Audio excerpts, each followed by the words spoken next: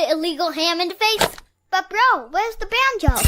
Some Cleveland sports shows try to give you hot takes, but only one can give you a big old piece of hot ham. Welcome to Illegal Ham to the Face. Talking all Cleveland sports. And don't forget our Fat Boy Tuesday, where we also ham it up with some fun food topics. Without further ado, let's serve up some ham. Here are the Ham Boys, Fatty, and Big Bry. What's going on, everybody? Welcome on into another episode of Illegal Ham to the Face. Bry, we got to talk about a win today. That's a bonus. Right? I don't know how I feel about that. Yeah, I mean, it's going to be uncharted territory, basically. All right, today we are going to get into the Browns win. Also, we're going to do our top 3 animals, favorite animals, which, Bry, that's a great one right there. Then we're going to do Fat Boy Tuesday. We are talking cereal tonight. Can't go wrong with cold soup. And then we are going to talk about the Browns. Cavs opener is tomorrow. Talk a little bit of Cavs. And then we will get into our legal Ham to the Face fantasy football league. And Bry, Portage County prostitutes, buddy. They're kicking my ass.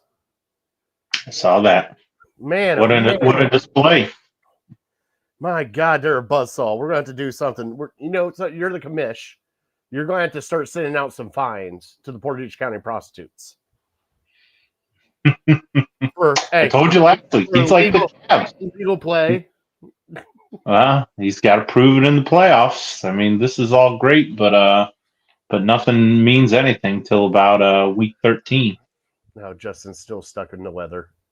Still stuck in the weather. He doesn't want a dome. Well, as somebody who went to the game, stands were about half full. So I think the Haslams would probably appreciate a better attendance. But then again, they got their money. So I'm sure it was close to a sellout. So it probably doesn't matter much to them. I found out you could got into the lower bowl for $25 over the weekend. $25. I'm not surprised. Yep, so, not surprised at all. Just wait till it gets 40 degrees and raining. I know. James is in here. Casey is in here. Thanks for joining us, Casey. Always Justin's in here. Bri, it is your turn for trivia this week. Now, I do have some wonderful pictures to show for our trivia. I did upload some stuff here. So, guess what? It is $21 adoption. Oh, wow. On their Facebook, Friends of City Dogs Cleveland, right there, $21 adoption week. They're also going to have merchandise there from 12 to 2 and 10 to 12 p.m. on Saturday and Sunday. Take a look at the swag bag that you can get. They got the dog calendars, hats, koozies. They got these brand new mugs, which I might have to get me one of these mugs. Yeah. You got that. You got shirts. I would look great in that pink tank top right there. I'm not going to lie. I think I can pull that off. If you wear it, I'll buy it for you. It might be our Halloween episode next week. That's right. Yeah, here before you know it. Mm-hmm. So please go help out a city dog from City Dogs Cleveland. Justin said dome is for, we're not going to cats. We're just going to say cats. I know he's emphasizing there. Brad, you got any shout outs this week before we get into your trivia, bud? No shout outs for me this week. All right. I really don't have any either. Just, keep prayers and thoughts for my friend Toby and his family. His dad passed away last week. So I'm going through the whole grieving process now, but just prayers to them. Stay tuned because I'll be announcing a fundraiser to help out Toby and his family with all the services and everything else. So please stay tuned to that. Brian, you've met Toby multiple times. You've known Toby. Big fan. So we're going to be doing a whole bunch of stuff to try to help him out and help his family out. And other than that, that's all I got. Guess what? October, fall is here. Brian, it's raining outside again. Thunderstorms rolling through. I believe for the next week, the low is in the 30s nonstop for at least 5 days. So really, we have turned the page, Bri. We have turned. Get ready.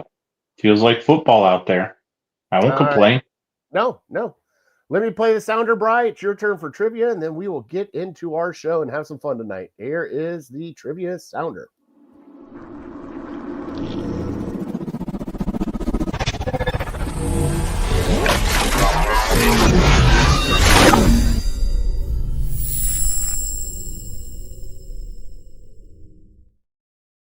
All right, Brad, what do you got for me this week? I can only imagine how great. Yeah. Oh, I figured I'd mix in some basketball trivia, some NBA with it starting up. Is it tonight or tomorrow? NBA starts tonight. You have the first Right. game is the Rockets and the SGA, Oklahoma City Thunder, and then tonight is Golden State and LA. The Lakers? Yep. Okay. Wow. And then Cavs play tomorrow, right? Cavs play tomorrow on ESPN, Bri. Yeah. ESPN. Big So time. primetime game against the Knicks. And then there's one other game tomorrow night, and I don't give a shit who that game is. So Right. So I had a bunch.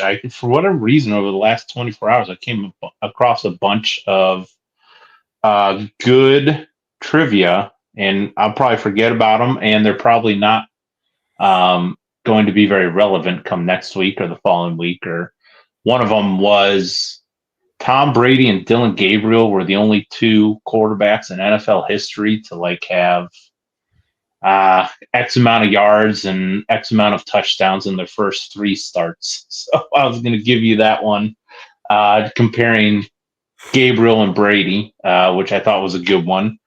And then another one was, did you see the Raiders and Chiefs game and just the total domination that the Chiefs had? 31-0. And if you go through the Raiders stats, it's one of the worst games of all time. And so anyways, they only ran 30 plays for the entire game, and which is the second lowest in NFL history, or maybe the last 30 or 40 years. And the lowest was the Browns in 1999, ran 29 plays in the game. So that was another one. So they had the Cleveland flair for those two.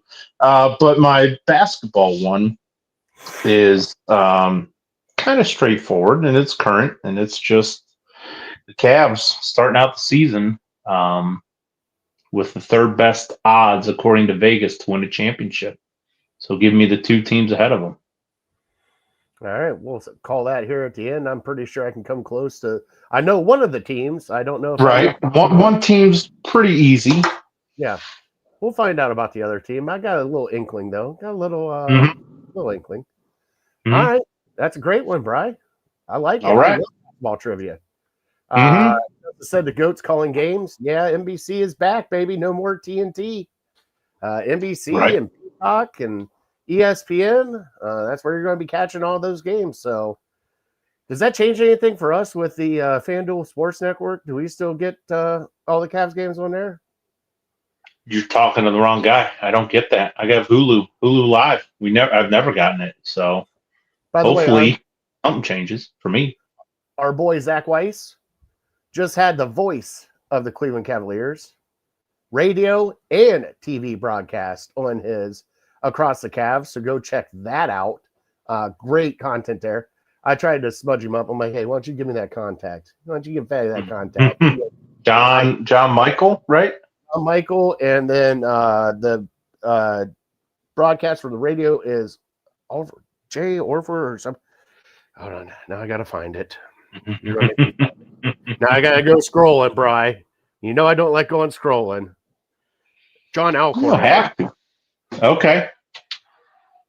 Heavy on Yeah. sports. There's I think- 2 guys who know what's going on. It would be them. Yes. Courtside every game. John Michael and Alcorn. Yes. So Cool. he's had both of them. So go check out his content. He's always got great Right. stuff for Cavs. We'll bring him on. We'll bring him on this year. I was going to bring him on tonight, but we got too much Brown stuff to talk about. So Chris said, well done kicking his ass last week, Bri. Well, before we get into all that stuff, we might as well just knock out the fantasy football league. Up Sure. there. I Sure. mean, while we're here, we might as well just do it because everybody's talking about the illegal hand to the face fantasy football league. And God, what a crazy league it is. Let's check out the matchups. Oh my God, mine was horrible. 164. All right, let's go to the scoreboard. All right, starting out, what is this, week 7? God, we're in week 7 already? Right, about halfway there to the playoffs. Oh, shit. All right, so right out of the gate, the Portage County Prostitutes laid the wax to Waddle That Smith and Jigba, 164 to 112. Big Bry smacked down to Runner, 186 to 107. Golden Showers on Mayflowers beat up on the Dog Pound, 143-94. Team B Meat beat Your Name Sucks, 148 to 105. Always Next Year beat Arrow Keel, 160 to 112. And running it out, Honky Cat beat Bills Mafia, 182 to 172. Holy cow, man. Shootout. Right. Huh?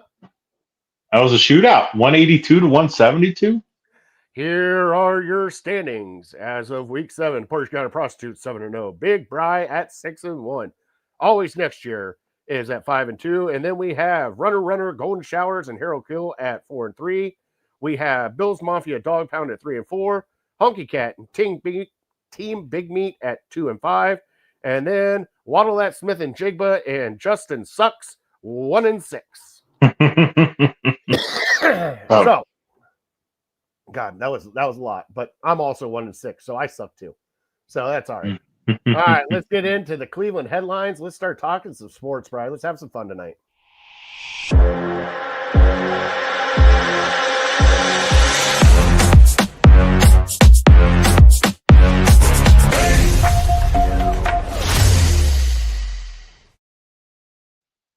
All right, your Cleveland Cavs start Wednesday night, prime time, against the New York Knicks at New York. Bri, you excited for the regular season of basketball to start? And what is your bold early predict for this team? Did you freeze?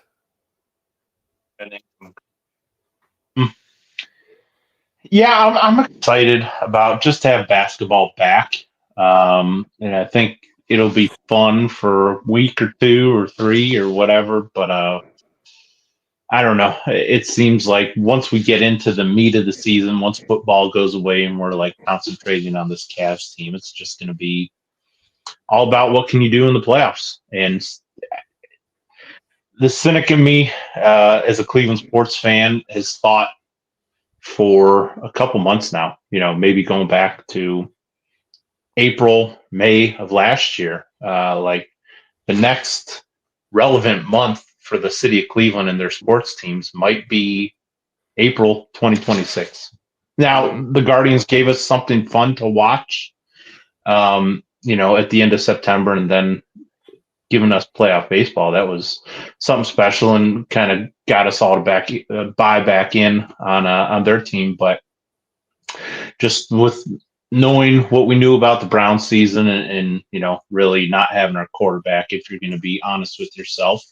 And then, the Cavs, we felt like they made a step last year and kind of have maybe reached their ceiling with what they can do in the regular season. And it's all about the postseason now.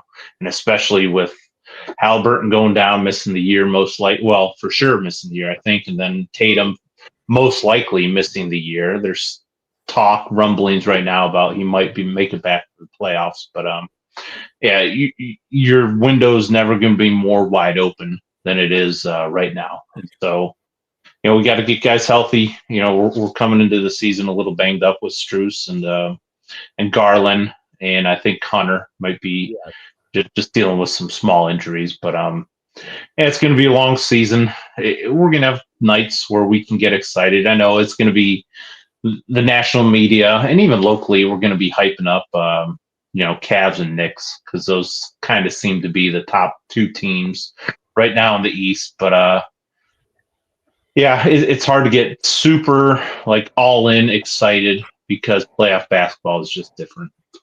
Guys give forth different effort. You have to play it differently. It's much more physical, and that's where the Knicks kind of have a leg up on the Cavs. So I'll be excited for game 1. I'll be excited for a few games, but like I said, kind of wake me up in October or April, and then we'll really get the season going. Not to bring you down. Go ahead. No, I don't no, want no, to temper your excitement. No, dude, I'm in the same boat as you. Obviously, we're in this place right now where the regular season doesn't matter, especially for this Cavs team. We just got to get everybody healthy. Supposedly, from what all they talked about this offseason, the beginning of this season, they're not going to be soft anymore, Bri. They're not going to be soft. They just decided that, huh? Okay. They just decided they're not going to be soft, and no more soft. I'll be up for the marquee games. When they start getting the marquee games and a couple of the national games, I'll be up for those. But as of right now, we just got to get everybody healthy. And I love what they did this offseason with Lonzo Ball coming in. Also, I mean, Larry Nance. I mean, you can't go wrong with Larry Nance. Oh yeah, sure. Especially now that he's got a 3-point shot that he didn't have before. And plus, he'll also help down low with Mobley and Allen, too. And then they got that big guy from Indiana who just likes to throw punches. Punches and bunches is what I call him. I really don't know his name. But I think right now for Cavs fans, like, we're going to make the playoffs. Should we care about seeding? Probably. But as of right now, we noticed last year seeding didn't matter because look what Indiana did. So seeding really doesn't matter. So as long as you get through the East and be healthy and physical, because obviously they got to see what playoff basketball is about because look how far Indiana got. So I think right now I'm just excited basketball's back. I'm excited to see what Mobley looks like now. Supposedly he has gained more muscle, and I've seen a few of his workouts and his ball handles are better. So hopefully he takes one more step again this year and gets into that, hopefully top 10 NBA with Donovan Mitchell. I mean, those are your two guys that you need in the top 15 of the NBA this year. And that's what it's going to run through. So hopefully he takes another step and takes care of it. But yeah, Brian, I'm with you. Wake me up when April hits and we'll go from there. I mean, do you have a crazy bold take that you want to throw out now before the season truly gets started on Wednesday? Because I do. Go ahead. I believe that this year, if everything goes well, Evan Mobley will be a first team All-NBA. That is bold. Yeah. I mean, the path is there for him to do it, but yeah, I don't know. Me personally, I just feel like we've been waiting on Evan Mobley for. Now he's still super young. He's 24, 25. I feel like I mean, what did he come into the league when he was 20, 19? 19. And he's been in the league. So he's been in the league at least 4 years now. Let's take a look. See, we'll do a little. Born June 18th, 2001. So he'd be 24. Okay. Yep. So That's I young. Christ, that's young. Right. That's very young, and so yeah, I'm not going to just dismiss him. And I feel like that's where there's a reason to get excited about Evan Mobley because he is this good, and he's 24. But yeah, I think to ask him to be a top 10 NBA player, that's making a huge jump. Like that's what Donovan Mitchell is. That's give me the ball. I'm going to take over the game, and I'm going to make sure we don't lose this game. That and I don't think I've ever seen that from Evan Mobley in one game. Like a maybe he does it on a Tuesday night against the Hawks in February or something like that. But in like a big game where the lights are the brightest, like give me the ball and get out of my way. I don't think I've ever seen that from Evan Mobley. So to ask him to be a top 10 guy, I think is asking a heck of a lot. But I don't know if I really have a bold take. I'm excited. I am excited for certain things. Like I want to see if, who's the guy we drafted last year? Tyson. Do you remember his name? I just heard it today and it lost. It's not Ty Jerome. Run out of my. No, Ty Jerome's gone.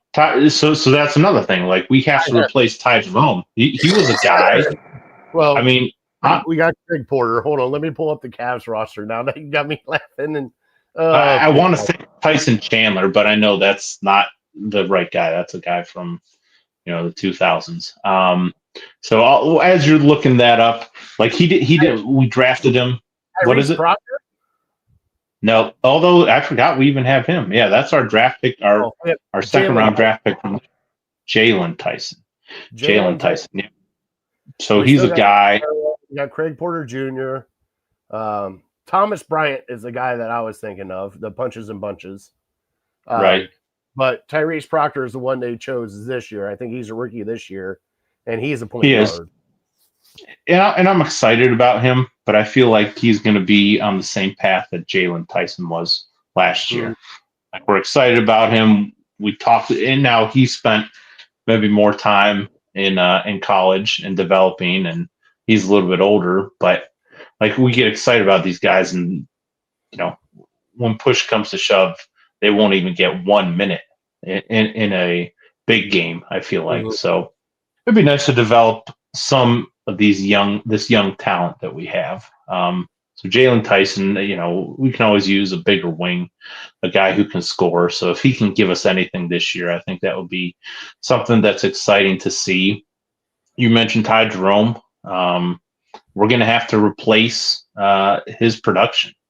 People are excited about Lonzo Ball, but to me, you've gotten weaker in your backcourt with going from Ty Jerome, because Ty Jerome was a guy last year who I think, other than Donovan Mitchell, I think Ty Jerome was a guy that could take over games and score. And he was very streaky. We saw the bad side of Ty Jerome in the playoffs, but there were times, even that Miami series last year where he just took over and you didn't need Donovan Mitchell. So we're going to have to replace that. I don't know who's going to step up there. And then the other thing that I'm looking for and maybe a little excited about is DeAndre Hunter. He was a guy who I was excited that they traded for at the trade deadline last year, and I just feel like we didn't get what I was excited for. He'd have moments, but he wouldn't really be that impact player that I was hoping that he would be. So having another year now.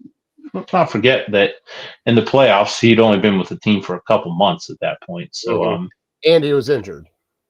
And he was battling injury. So, so just needing him to be the guy that we were hoping he would be, and be that 3-and-D guy, and that wing player, that big wing that so many guys in the NBA are looking for. So, I think if he can kind of mesh with the team a little better, find his role, and just capitalize when he's given an opportunity, I think he can be a key for us. Knocking down threes, taking the ball to the basket. There's, not a ton of guys that we have that can kind of create their own shot at this point. Other than Mitchell, Garland sometimes, hopefully Mobley more often. But other than that, like, it's hard for me. It's Strus when he gets hot, but he's kind of hot and cold. So, just seeing some of our other guys outside of the Big Four step up and maybe take the next step and trying to get comfortable before we make our run in the playoffs. All right. That is your Cavs report from Legal Hand of the Face, Fatty and Big. Here we go. Sure. Let's go into the Browns. First off, Bri, how was the clam bake? Good. The rain held off. We didn't get there till probably a little after 10, and so it wasn't really raining at all. And then I'd say probably about by 10:30 or 11, it really started to come down a little more. But we had a great time. The weather didn't affect us a whole lot, and then the game was something to see. Finally, they came through. For me, it's been a while since I've seen a win. I think I was 0 for 2 last year, and maybe 0 for 2 the year before. You're going to have to keep going to games now. You're not allowed. They got their win. You're the Right. good luck charm. You and Ashley got to go down every week now. Do some tailgating. Hey, stop by West Third. By the way, I got to talk to you about the Mac for Mutts. It's coming up. Okay. Coming What up. is that? I think Okay. it's November 11th is when it's coming up. November 11th. Okay. So that might be Jets. Hold Is the Jets game at home? October. Let me find October. Maybe the Jets game November for the 16th. I think it's the Ravens. Ravens. Okay, gotcha. It's either the 9th or the 16th. I'll check it out. But yeah, we have Mac for month coming up. So they're looking for judges, Bry, for mac and cheese. Oh wow, I'm a good judge of that. Pretty sure Nick Wilson will be there. I'm pretty sure another fat guy might make an appearance back to us. Oh, okay. I'll come down for that. Sure. As long as I get the pass. All right. So the Browns did win against the Miami Dolphins 31 to God, what was it, 6? It was just an easy ass whooping.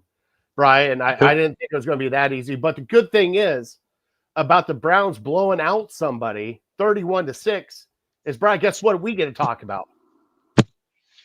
What's that? Shedeur fucking Sanders. Let's talk about Shedeur Sanders, because for 2 days, that's all I've heard about is Shedeur Sanders and why he didn't get in the game, Bri. I mean, let's get some clicks too here. Let's get some clicks too. No, you don't want to talk about Shedeur? I'm kind of over Cleveland sports talk in general. I had to hear all day on Friday about Joe Flacco and how great he was and what a horrible mistake it was for us, as if the Browns have Jamar Chase and T. Higgins to throw to. I never thought Joe Flacco was a terrible quarterback. He just didn't get it done here, and he went from the worst receiving room to the best receiving room. So what do you think is going to happen? It's just, yeah, I get sick. It's loser radio, and not to you brought it up, so I'm going to go off and I had to bring it up because, like you said, Friday it was all about Flacco and what the hell's going on, and then Monday it was like, well, why didn't Shedeur Sanders get in? Why the fuck should he get in?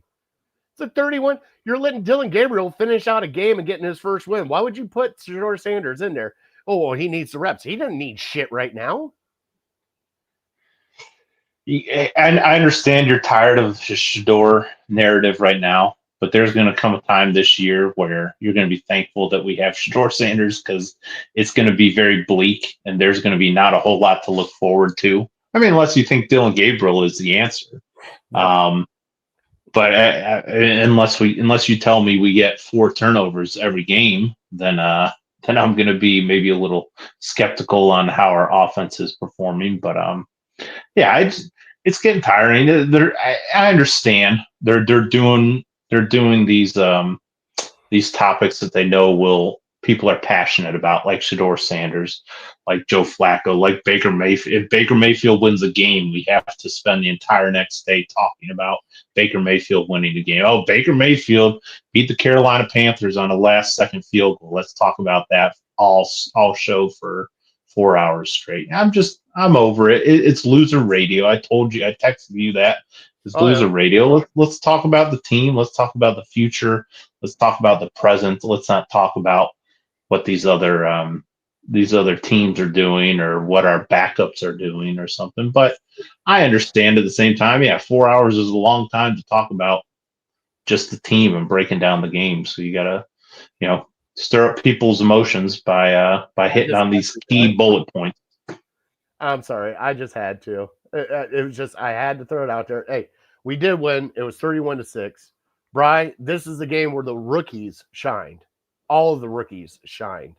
Schlesinger shined. Mason Graham got in there. All right. Quinshon Judkins. I know the stats didn't look that great, but during that game, and Dillon Gabriel, we're going to talk about grading Dillon Gabriel, but Dillon Gabriel did all that he had to do that game just to win. That's all he had to do. I mean, he only threw for like 120 some odd yards. It wasn't anything impressive. He went 13 of 18, or I think it was 13 of 18 for 116. Right. They did the game plan the way it was supposed to be. Quinshon Judkins got 25 carries for 84 yards and 3 touchdowns. And your defense got 4 turnovers. At that point in time, Bri, that's great right there. Just that alone, because that's all you need to do is win. Yeah. I mean, it's the way the game laid out with, your defense playing as well as they do, and us getting 4 turnovers, and I think most of them were pretty deep in their territory. One was returned for a touchdown. So, like, it's hard to really feel super strongly about Gabriel one way or the other. Like, you can't say he played a great game. You can't say he played a bad game because did he lose us the game though? All these games that he has played, did he actually lose us the game? No. So he's doing his job right now. Right. And this, not to bring up Baker Mayfield again, but I've said long time looking back on the playoff win against the Steelers, when the defense gives you 5 turnovers and they give you a touchdown, there's probably 80% of starting quarterbacks in the NFL that can win that game. Looking what we had on Sunday with the defense being as stout as they were, getting 4 turnovers, there's probably 90 to 95% of starting quarterbacks in the NFL that can win that game, especially with that game plan. You're not asked to do a whole lot. And kudos to Kevin Stefanski, I guess, for not getting too excited and not getting caught up in the moment and not wanting to show that Dylan Gabriel can bounce back after his tough week in Pittsburgh.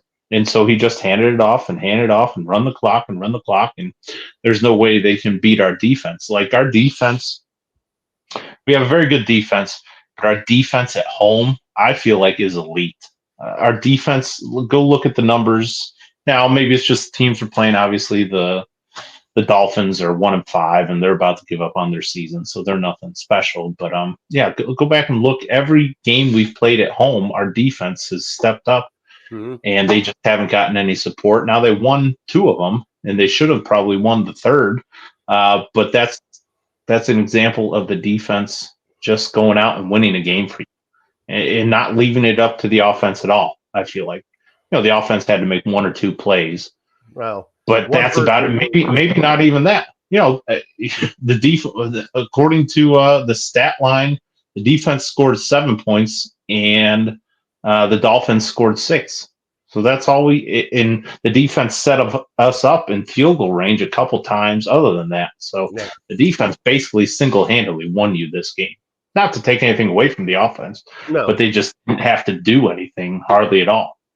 Well, and it also factors in that, Miami also helped you out tremendously. Not only turnovers, Bri, penalties that Miami had. They had 11 penalties, and it seemed like every penalty they had is when they stopped our offense on like 3rd and 6, and then it was just some bullshit, defensive holding penalty, automatic first down, and we took advantage of it. And that's what you're supposed to do as a decent team, is take advantage of it. And it was nice to see our most valuable player on this team, besides the defensive guys on offense, get the ball in his hands.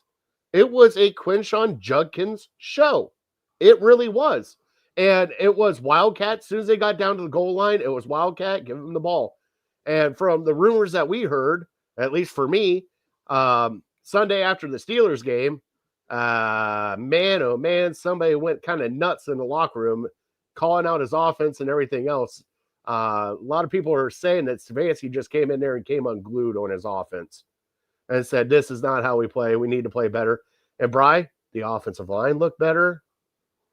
Wide receivers didn't drop as many balls, which, we were only thrown to a handful of times. But doing the right game plan for this kind of game and giving your star running back right now, who has as many touchdowns as he has, half the touchdowns for the team so far, Bri. And he's a buzzsaw too. I mean, two of them, I know it wasn't the greatest, average yards. It was like 3.4 per carry, but you see what he can do when he gets the ball and he gets some space. That one 46-yarder touchdown. He broke another one for 20 yards. Like, you get him and get him a lane, he's gone, Bri. And I'm really glad that they did draft this one. And he's turning into our elite back, because guess what? Sounds like Jerome Ford and Njoku might be on their way out because of the way that Judkins is playing, the way Harold Fanning's playing. Yeah, it kind of goes back to like how happy everyone is with Judkins. I remember preseason game 1, Travion Henderson takes back a touchdown on a kickoff, and everybody overreacts, knee-jerk reaction. We drafted the wrong Ohio State running back. We're terrible. What's so we Andrew didn't Berry see him. doing? We didn't Now see it's him yet. That's why. night and day. Yeah, I mean, Travion Henderson barely plays for the Patriots, and Quinshon Judkins is our workhorse, our best player on offense. He's about the only thing that we have going. And yeah, he didn't have a great day, but he had that one run. That one run was the highlight of the offense and gives you hope that let's not. I know why he didn't have a great game, because the Dolphins said, well, Dillon Gabriel can't beat us, so we're just going to stack the box with 8 guys, and we're just going to play, especially with the conditions. Everybody knew what the Browns' game plan was, especially once they got the lead with the defense playing as well as they are. They're just going to, stuff the box and stop the run, and that's what they did, except for one play. But he has that ability to where he can make something out of nothing, even if he fails or doesn't look great for 24 out of 25 runs. It's that one run that's going to be the difference. And, he's got a nose for the end zone. That's why we ran the Wildcat down there. You feel comfortable with the ball in his hand, and he's just going to find a way, even if it's just for 1 yard.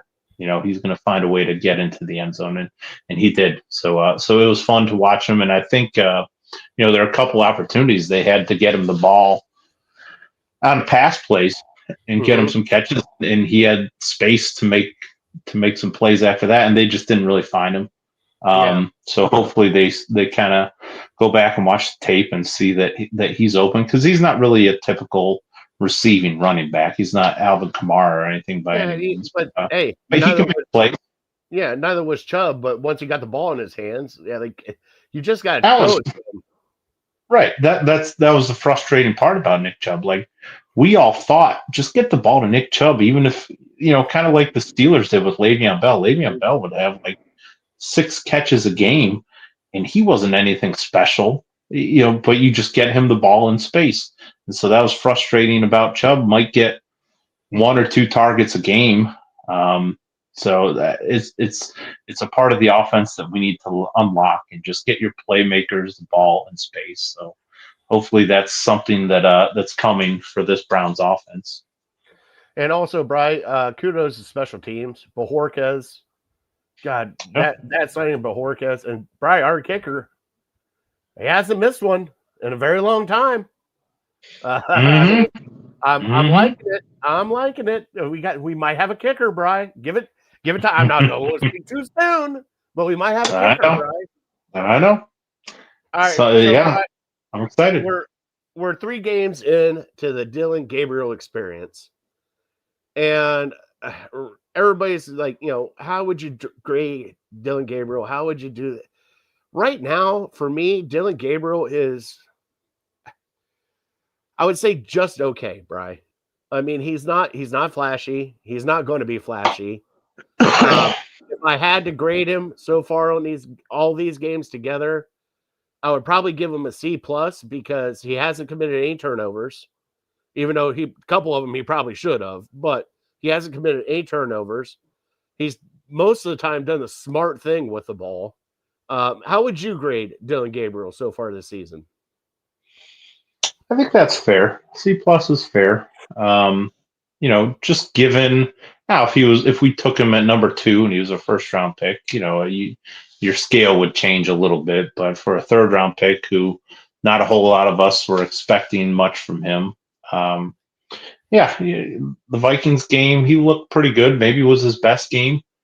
Then the Steelers game, just the game plan was so terrible. And then this past week, he just didn't have to do hardly anything at all. So I think what I said last week, where this is exactly what the type of quarterback that Kevin Stefanski is looking for. He's not going to lose you the game. If he wants to win you the game, he's going to have to start taking more chances. But I don't really put it on Gabriel that he's not taking many chances. I think Stefanski has told him, take your check downs. If it's not there, especially in the London game, if the guy he was trying to throw to wasn't there, he would just sail it, 5 feet over a receiver's head on the outside, and it would go into the stands, and Yeah, they're not letting basically him. just throwing it away. Yeah, they're not letting him throw in the middle that often. He's throwing to the outside a lot. So every now and then he'll get one in the middle, but it's just like a little curl route with Njoku or Fanning. They're not letting him. Hey, they're doing what I call the Cardell Jones during the championship run of like, you're not throwing it in the middle, you throw it to the outside. That way either wide receiver can catch it or it goes incomplete out of bounds. So they're kind of doing that game plan with them. I do think, Brian, that with this 8 in the box and everything else, I really do think that they need to start doing some more play action screens to kind of open everything up a little bit. Even some wide receiver screens, which they tried to a couple of times, trying to loosen that box up a little bit. But at some point in time, they're going to have to open this playbook up for Dillon Gabriel and see what he's got. And Bri, it might be this weekend against the New England Patriots. What do you think? Yeah, you would think, but I don't know. Up to this point, Kevin Stefanski hasn't done. It's almost, to me, it comes off as they're afraid to let Dillon Gabriel loose because they know he was such a highly criticized draft pick that if he goes out and he throws 3 interceptions or 4 interceptions, they're just going to get killed. That's going to really ramp up the Shedeur craze. Like if he goes out here and he just throws for 116 or 120 or 160, but he doesn't throw any interceptions, like, you can't get too mad at him. Like he's not losing you the game.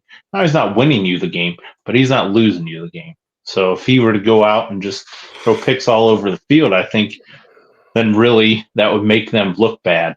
So so I think it's just going to continue to be the game plan, just conservative until we fall down by 10 or 14 points or something like that. And then that's how he ends up throwing for 52 times or 58 times or whatever like that. So I don't know. You really have to be patient. It's tough football to watch. But you would like to see him take a chance here and there, but I just don't know if Stefanski will let it happen because they're afraid of the repercussions and everybody just crushing them and crushing him. Big Mike has chimed in and said, I don't know about being afraid. I think they know he can't make the big throws, and he's just a conservative quarterback. He will protect the ball, but won't win you the game, which is fine. But there's still asking him to do.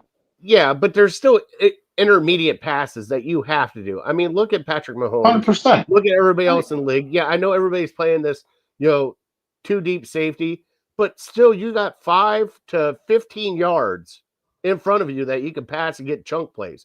Get 12-yard plays, 13-yard plays. You're going to start getting some chunk plays with this guy just so you can evaluate. Because, Brian, guess what? We still have to figure out what we're doing next year for this team. We still have to figure out if we have a quarterback on this roster. And him just dinking and dunking is not going to say, hey, we have the quarterback for the future. And this goes with Shedeur, too. I know Shedeur is going to get in at some point in time. And I know he's going to have a handful of games that he's going to do. But, Brian, keeping the handcuffs on these guys aren't evaluating these guys at all. You got to let them loose and let them see what they have so you can make a true assumption if your quarterback for the future is on this team, or you have to figure that out next year. Well, and that's where the conversation goes to what is Kevin Stefanski and maybe even as well Andrew Berry's goal right now, currently? Are they just trying to save their jobs and win any way possible? Because we can win ugly. We can win by running the ball 25 times and, hopefully getting your defense getting turnovers, and it's not going to look pretty. The quarterback's not going to throw for a ton of yards or look great, but he's not going to turn the ball over, and you're going to have a chance to win these games. Or is his motivation to try to develop Gabriel and have him take more chances and get more comfortable? I don't know. I think you can kind of tell based on the style of play that you see on Sundays, but yeah, I think they might just be, especially with the schedule for the next month or month and a half, we have some winnable games. So they might just be fine with, having Gabriel throw 17 times and hoping that your defense wins the game, because at the end of the year, if we end up, 7-10 or something like that, that looks pretty good on their resume, especially with these quarterbacks. So yeah, I just don't know what their focus is. Are you trying to just let your defense win the games, or are you trying to, get your offense better week to week, and hopefully the offense can put up 20 points on their own rather than relying on the defense for 4 turnovers and, setting you up, handing you basically 13 or 16 points. Yeah, and like the schedule, at first when we first looked at the schedule, Brian, obviously schedules changed throughout the season. We got the Pats coming up. The Pats are what, 5-2. The Jets are god atrocious. Baltimore Ravens don't have Lamar, so you don't know what you got there. The Raiders are atrocious. You got the Niners that are still kind of questionable with Mac Jones and Brock Purdy, and then you got the Titans and the Bears coming up in December. So you have, a handful of games there that could be winnable for your team and change the look of this whole season. With the Pats coming up this week, 5-2, a Vrabel-led team. Drake May has put himself into the MVP race, Bry. Right. He's looking like he's the right guy. Actually, I think it's more the coach than the guy. But, when you have a elite head coach like Mike Vrabel, up there, what do you see with this game coming up, and how are we going to attack this New England team? Oh, it's McDaniel. He's the one that is kind of basically, it's kind of like the Belichick situations where Vrabel's the defensive guy. He's going to handle the defense, but then turn the offense over to Josh McDaniels. And, Drake May, to his credit, a lot of people thought maybe he should be the first quarterback taken last year, but Caleb Williams and all the hype that went into that, and then certainly what Jayden Daniels did last year for the Washington team. People kind of forgot about Drake May, and they didn't play well, and they had a bad record at the end of the year. But yeah, they say the most progression you make is from year 1 to year 2, and he's certainly showing that. And so they're a dangerous team. Their offense is very efficient. Their pass game is super efficient. I think Drake May might lead the league in a completion percentage. And then they got Stevenson, who's kind of taken over as their main back and proving that he still has some legs left in his career. So even though they might not have like the most fearful weapons, Stephon Diggs is on the team, but a lot of people think he's over the hill, but they find a way to get it done. And, I think beating the Bills a couple weeks ago really opened a lot of people's eyes. So yeah, Vrabel's a great coach. He's everything you look for in a head coach. He's a motivator. He's going to hold guys accountable, and he just lets the football minds kind of do their thing and trust in his players. And so, yeah, it's going to be a tough week for the Browns. It's going to be a test for our defense, but I think our defense, there's definitely the discrepancy between home and away games for our defense. So you just hope that we can stay focused. But I think a lot of it is going to have to do with what they see from the offense and just keep us in the game. The defense has been good on the road, keeping us in the game through 3 quarters. But then eventually, I don't know if they lose hope in their offense or just run out of gas in the 4th quarter because, we end up getting blown out in all our road games. And, you just hope that they can finish the deal and the offense can give us a little bit of something. Yeah, the only thing I worry about is just, Vrabel was here for a year, kind of saw how we did things here. I'm not saying that he's going to, it is what it is. But like you said, I think the defense needs to come with the same chip on their shoulder that they had against Miami. They need to go in, set the tone. And as it's shown, you got to run the ball. Whether there's 8 in the box, 10 in the box, you have to run the ball. Your best player right now on your offense is your running back and possibly your tight end. Fanning's actually really good too. He's just got to stop dropping balls. But those are your best guys right now, and you got to build around those. And the way the offensive line, I was actually proud of the offensive line, especially the guys coming in. There wasn't, they gave up a couple of sacks, but run blocking they do great at. And damn, they did great there. So you just got to run the ball right down their throat and just be physical. If you're wanting to, brand this team of what it needs to be, we have to be a physical team. We're not a finesse. We're not a, outside speedsters on the outside. We don't have, Jalen Waddle. We don't have, Rashee Rice. Those are not the guys that are here. We have guys that are built for strength and built to punch you in the mouth. And that's what we're going to have to do this game. And I think that if they do it and punch them in the mouth, we'll see how New England responds. But the way that our defense has been playing, Bri, we've shut down the running game pretty much every game that we played, which really pissed me off because I put a bet on Achane not getting over 65 yards, Bri. And he broke that 40-yard run. And I'm like, well, shit. But after that, they shut him down. I mean, he only had like 82 yards the rest of the game after that 140 yards. So I think we just got to play defense and play special teams and play the field position. And maybe we can sneak out a win right before the bye. And then after the bye, we're playing the Jets. I'm not saying the Jets are horrible, but, the Jets are horrible, right? Pretty bad. I think Tyrod Taylor's going to be the quarterback now. Oh, God, I can't wait for that. That's fucking fantastic. All right, Brian, let's get into – all right, so give me a player you're looking for this game coming up for the Patriots, and then give me a score predict for this, and then we will get our NFL score predicts for the week. Yeah. Well, I mean, going back to last week, the player that – and I think even a couple weeks ago, the new acquisition, Tyson Campbell, the difference he made, the pick six was obviously huge. You mentioned the Achane run.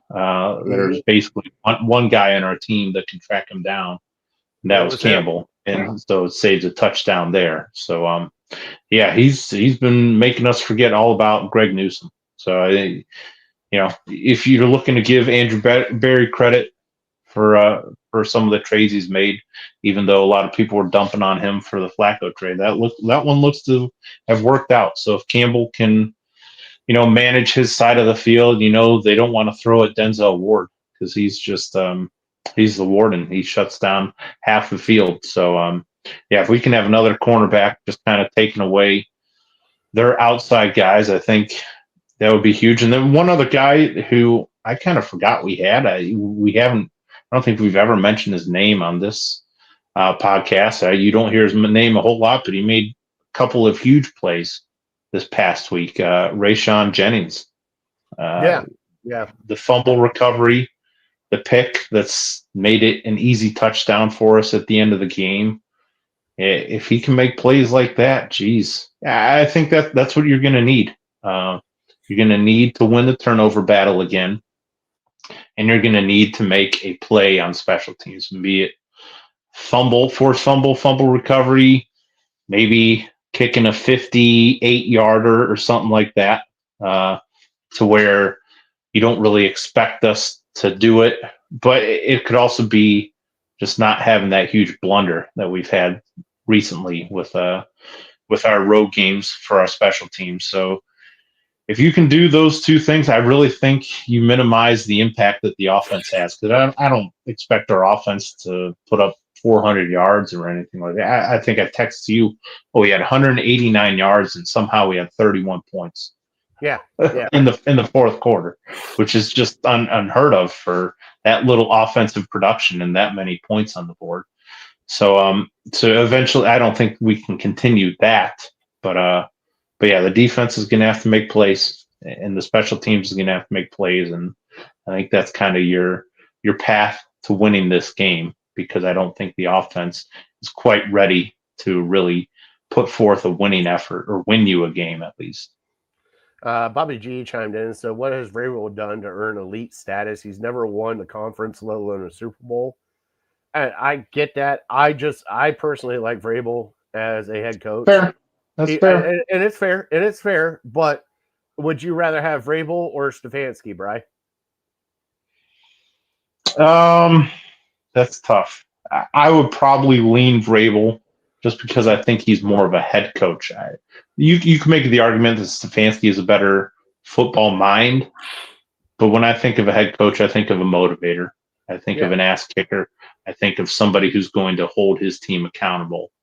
And I think Vrabel's been there, done that as a player, and he's had success as a coach. Let's not forget that they were the number 1 seed in the AFC a couple years ago with Ryan Tannehill as their quarterback. So he's had success as a head coach in this league. He's never had a real quarterback, though, has he? No, not in Tennessee. I can't remember if he was there when they had Mariota, when they drafted him number 2 overall. Quarterback. But I mean, I'm just like he was a high quarterback prospect, and same can be said for Drake May. But yeah, I don't know. It takes an offensive mind nowadays in the NFL, and he doesn't really have that. But if he has guys around him that are smart and that can make the right calls and get the X's and O's where they need to go, I feel like he's like the Bill Belichick that he's going to motivate guys and he's going to get the best out of his players. Yeah. Brian, for me, players to watch or X factors got to be our secondary. I mean, you got Stephon Diggs, got Keyshawn Boudier is now just thrown on the map. So I think Denzel Ward, Campbell, Delpit, Hickman, I think all those guys need to lock down their wide receivers and make them one-dimensional and see if they can run the ball against us. And we'll go from there and see if they can do it. If not, it is what it is. But I really think the matchup to really watch is probably Denzel Ward with Stephon Diggs. I think that would be the matchup to watch right there. Bryce, score-wise, we both picked the Browns to win.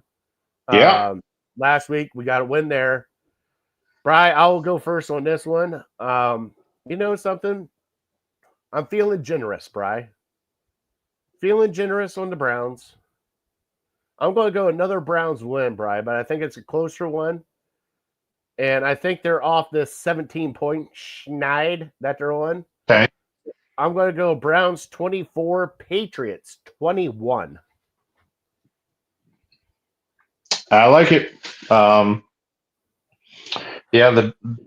The Browns offense is going to have to convince me that they can do it without the defense handing them points. So I will go New England 20,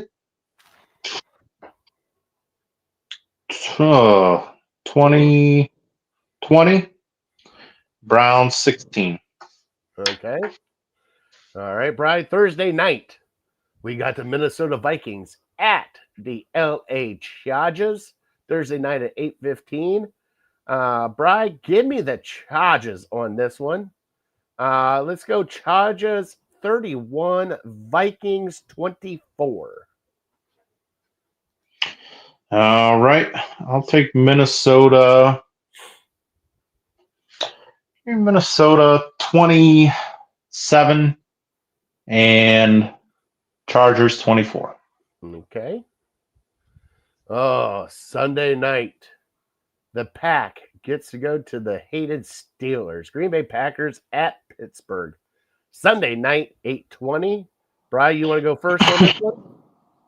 Yeah. Gosh. I don't want to. I'll take the Steelers. Bounce them back. The Packers just haven't really impressed over the last month.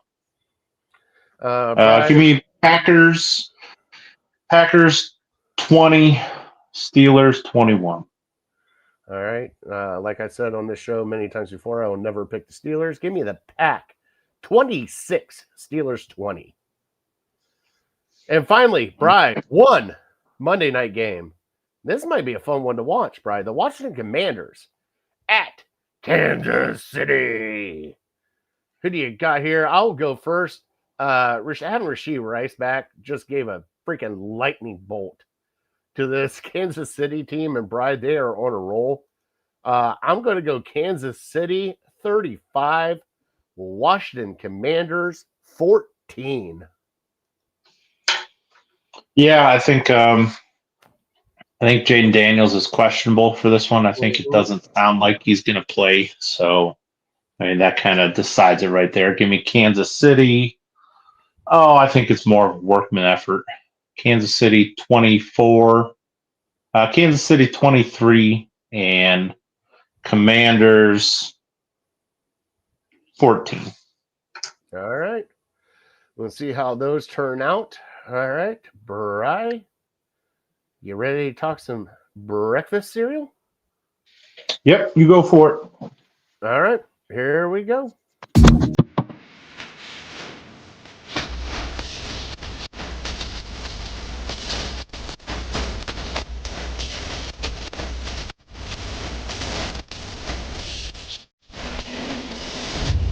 And now, it's time for Fat Boy Tuesday.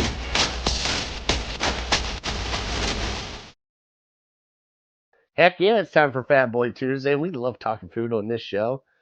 And Kellogg's just had a sale here in our beautiful Giant Eagle in North Olmsted, Ohio, where you can get 4 boxes. I think it was for $8 or something like that. So they had a huge selection of cereals. And I remember as a kid, you grow up with cereal, get a bowl, get some milk, whether you like the skim milk, which I think is horrible, or you like the 2%, or you like the whole, which, that's what we're a fan of here in this household. So we're talking cereals today. Let me bring Bri right back in, and he is in. So cereals today, Bri, I got to go. We're going to go nostalgia as a kid, your favorite cereals, and then we're going to kind of kick it like right now as an adult, what cereals you like, because everything kind of changes as you grow up. Right. Like for me as a kid, it was Lucky Charms, or we did a generic brand. We did a lot of generic in our house. It was the Magic Stars. You remember those? But also Rice Krispies were a huge hit in our house. It had to be a ton of sugar with those Rice Krispies, though. And I mean a ton, where you're like scooping the spoon and the sugar is at the bottom of the milk and it's like a sugar rush as you're going into it. And then, also honeycombs were huge when we were growing up. What about you? What was your favorite cereals growing up? Oh gosh.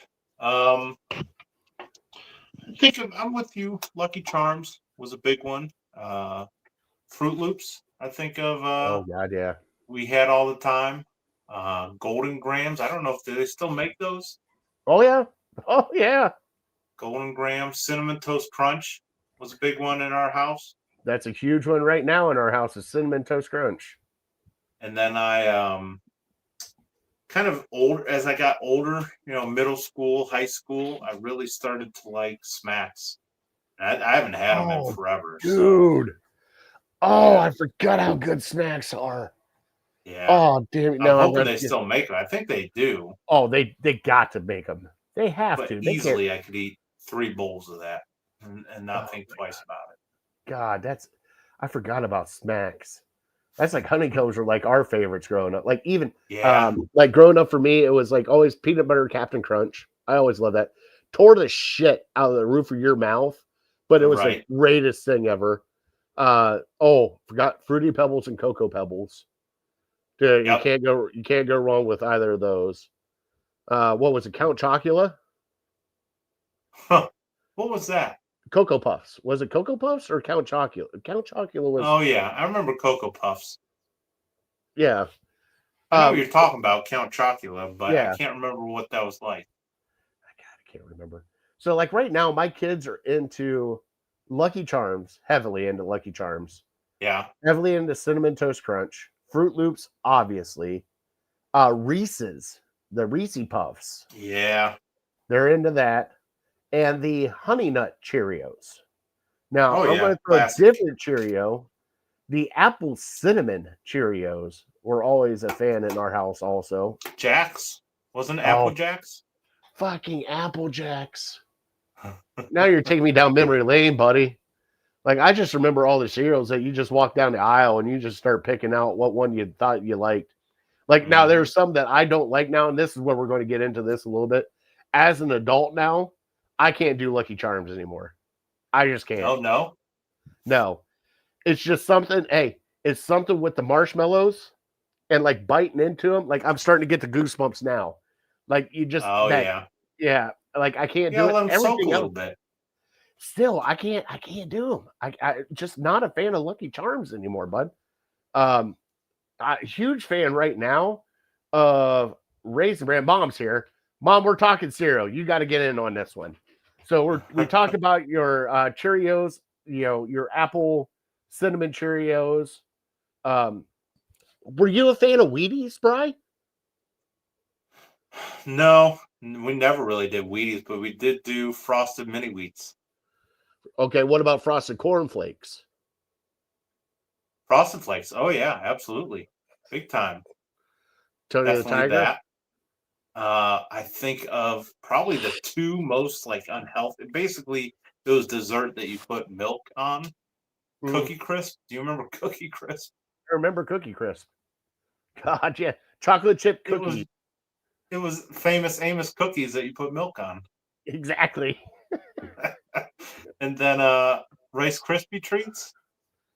Oh, yeah. Well, that's more of, well, yeah, because they did make a cereal out of that too, didn't they? Yeah, like little clusters of them. Oh my God, I forgot about that. Those were good. Oh The my Reese's God. ones, yeah, you mentioned those are always good.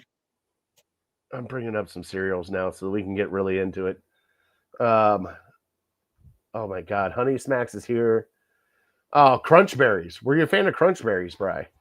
No, not really. Although you tricks, I used to do tricks a lot. Okay. All right. Okay, let me go to. Oh my God, they got a whole bunch of different. All right, so we got Frosted Mini Wheats, Cookie Crisp is on here. Let me. Corn Flakes. Were you a fan of Mhm. Corn Flakes? Do you remember growing up and getting the little individual boxes of cereal? Oh, for sure. God, I I used to always remember love them those. taking them camping. You could eat like 3 or 4 of them. Oh God, Golden Grams is in here. Mm-hmm. Kicks. They have a Kit Kat cereal. Really? I do not know about that. Did not chocolate Cheerios. Have you had the chocolate Cheerios, Bry? Can't say I have. No. All right, then we're getting into healthy adult stuff with the Fiber brand and all that stuff. There's Count Chocula. Count Chocula was it looks like mushrooms and bat wings, but it was all chocolate. It was like Lucky Charms version. Oh, okay. Gotcha. Oh God, I used to love Fruity Pebbles. I really did. Yeah. Fruity Pebbles Mm-hmm. and Cocoa Pebbles were just the. Oh, what about Life? Did you eat any of the Life? Did you do them? I didn't until probably the last 5 or 6 years. I've kind of gotten into Life, especially the cinnamon ones. Mhm. Pretty good. Kellogg's Crave, the s'mores, the I mini don't know wheats those. No. and s'mores. Oh, have you had the Oreos cereal? No. They have a Wendy's Frosty cereal out now. Wow. Oh my God, this is crazy. What about Puffin? Well, Puffins is the. Yeah, you brought me back to Honey Smacks. Now I'm going to go out and get some Honey Smacks for me and the kids for this weekend. Honey Bunches of Oats, I think. Yeah. Is that what it's called? That's kind of Yes. what I do now, where they have like strawberries in it. Yes. pretty You good. have Or honey Special nut clusters K. or something. They have French Toast Cinnamon Toast Crunch. That's right. Right. Oh my God, Very Berry Cheerios. Yeah, I can't do any of the berry anymore. I think that's what it is. Yeah, they have the Chips Ahoy cereal, Mhm. glazed donut holes. How's that sound to you, buddy? How have I not had that yet? Oh, I forgot about Frankenberry. Do you remember Frankenberry? I know. I've heard the name. I don't think I've ever had it. My God, these are great. I'm going down memory lane now. You got so many lives. The one I really did like, though, Brian, a lot of kids growing up. Mom, oh, there it is, Corn Pops. Thanks, Mom. Kellogg's Corn Pops. That's right. Yeah. Oh, it's those been a were while since I've had those. fantastic. God, I knew she would come in with one. Yeah, I remember as a kid, Good like, pull. we get Saturday morning cartoons, and you just, hey, it's not a regular bowl. It's like a mixing bowl, just full of cereal, milk, and you don't even have a regular spoon. It's like the serving spoon. And I just sat down there, watched Teenage Mutant Ninja Turtles, eating the peanut butter Captain Crunch, just like nobody else was awake. I was in my own little element. Like I think I went through every time I went to visit my mom. I think I went through 3 boxes of that Captain Crunch. Have you ever had one of those giant bowls, like a dog food bowl, basically, and then you eat it with like a wooden spoon? That's exactly what I did, except it was a serving spoon instead of the wooden one. I can't help it, Yep. man. It just brings me back to a kid because, like, right now, my kids, obviously love all the sugary stuff. But the thing is I got one kid that loves milk and one kid that just loves cereal. Hmm. So he'll put, my mom, she said I ate the whole box. Thanks, Mom.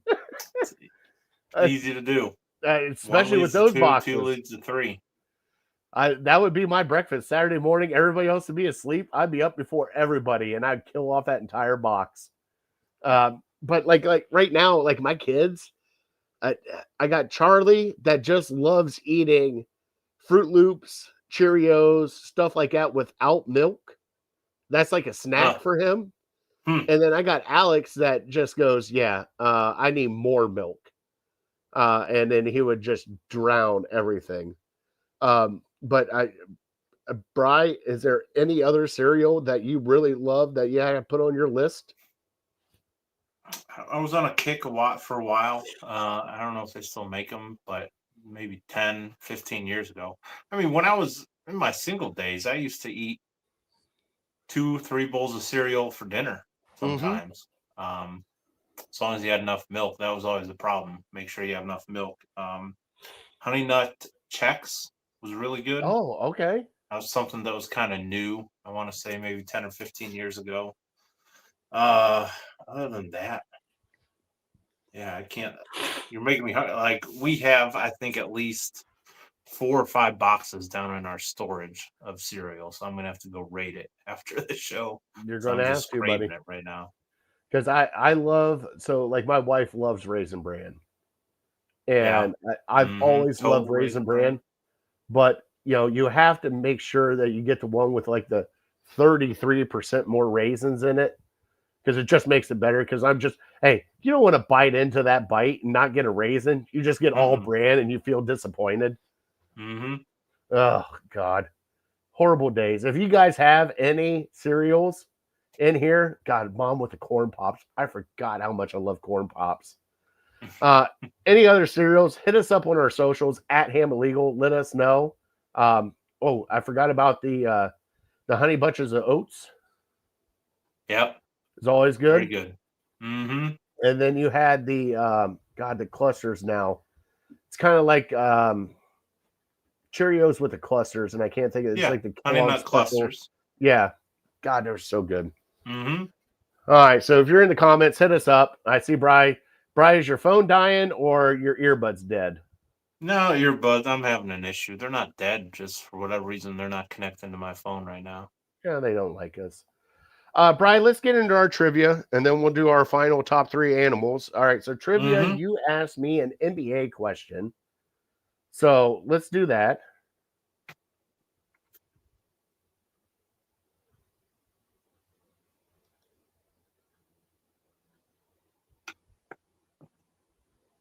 I'm waiting on you to give me the trivia question. You're playing a sounder or something. I just couldn't hear.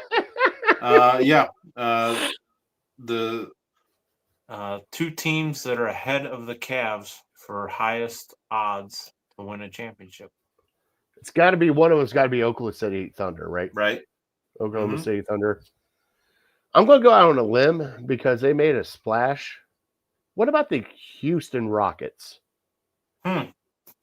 Good guess. No, I believe they're behind them. I don't know how much behind, but getting KD certainly puts them towards the top. Is it East Coast, West Coast? Western Conference. Joker, Denver Nuggets. There you go, Denver Nuggets. Okay. I believe I didn't. I'm just going off memory. I think they're plus 600, and the Cavs might be like plus 7 or plus 750. All right. So highest That's not odds bad. in the East. All right. I was close, right? I mean, Take it. I think Take it. Houston's got a great team coming up, especially adding KD to help Right. out that young team. That's a team to watch out for, bud. That's seriously. Sure. All right. Let's get into our top 3. Then we'll close out the show.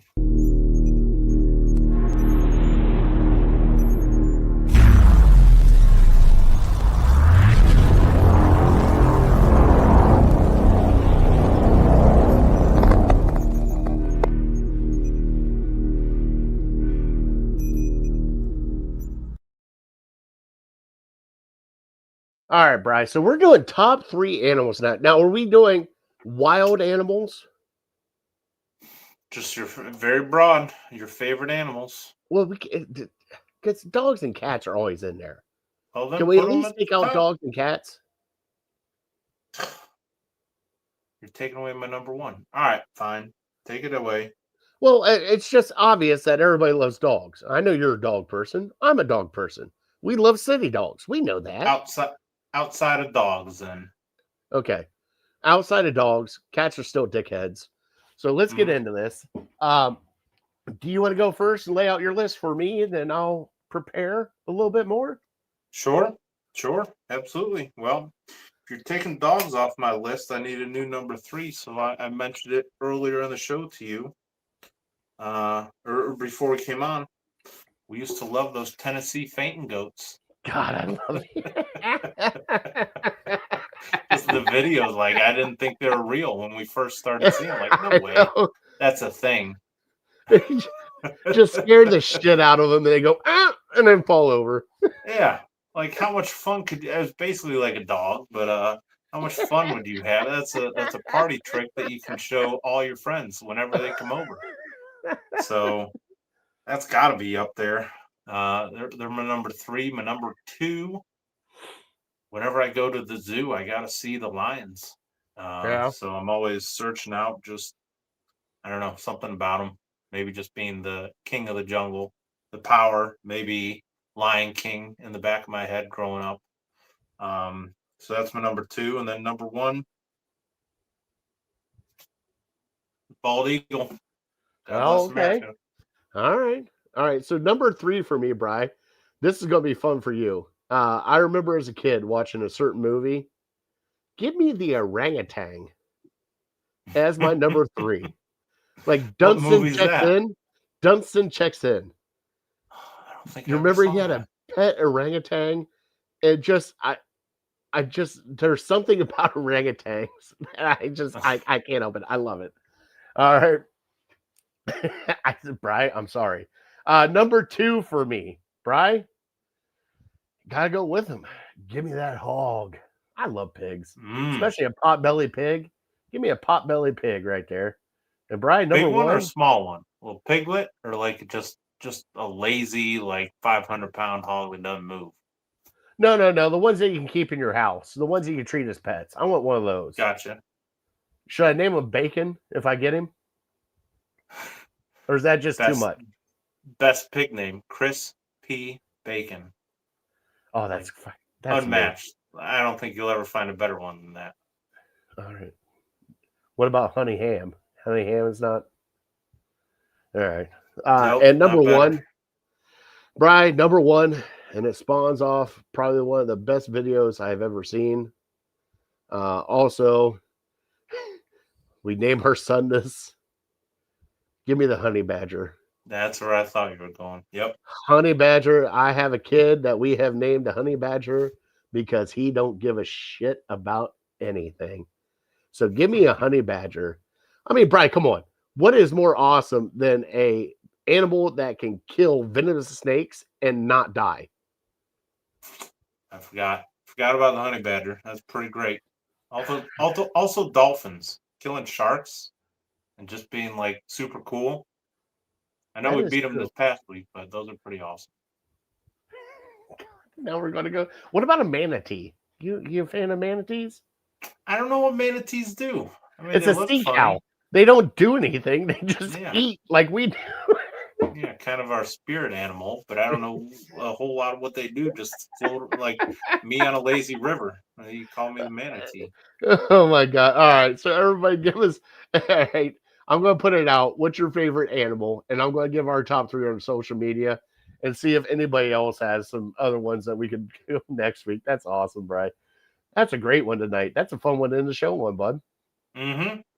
All right, Brian, we're here at the end of the show. We want to thank everybody for watching, commenting. Mom, Justin, Bobby, was it Bobby G? Man Cave, Big Mike was in here. Casey was in here. Chris was in here. James was in here. Thank you all for watching. Brian, let's get it go Browns. Hopefully we get another victory on Sunday. God bless them, brother. God bless you. God bless America. All right, we want to thank our troops and first responders for everything you guys do. We love you all. Also, City Dogs Cleveland, $21 adoptions. Go this weekend. Get your dog for $21 at City Dogs Cleveland. And we are definitely uncorked, unloaded. We're out. We'll see you guys next Tuesday. Have a great week and go Browns.